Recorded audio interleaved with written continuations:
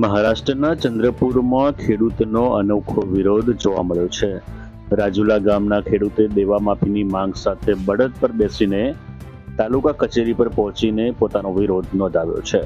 રાજ્ય સરકારે કર્જ માફીની જાહેરાત કરી હોવા છતાં ખેડૂતને તેનો લાભ ન મળતા આ અનોખો વિરોધ કરવામાં આવ્યો છે.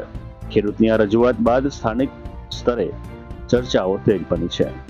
તમારા મતે આવા વિરોધથી સરકાર સુધી અવાજ પહોંચે છે કે કેમ તે કોમેન્ટમાં જરૂરથી જણાવજો અને ખેડૂતનો આ નિર્ણય વિશે તમારું શું કહેવું છે તે અચૂક જણાવજો.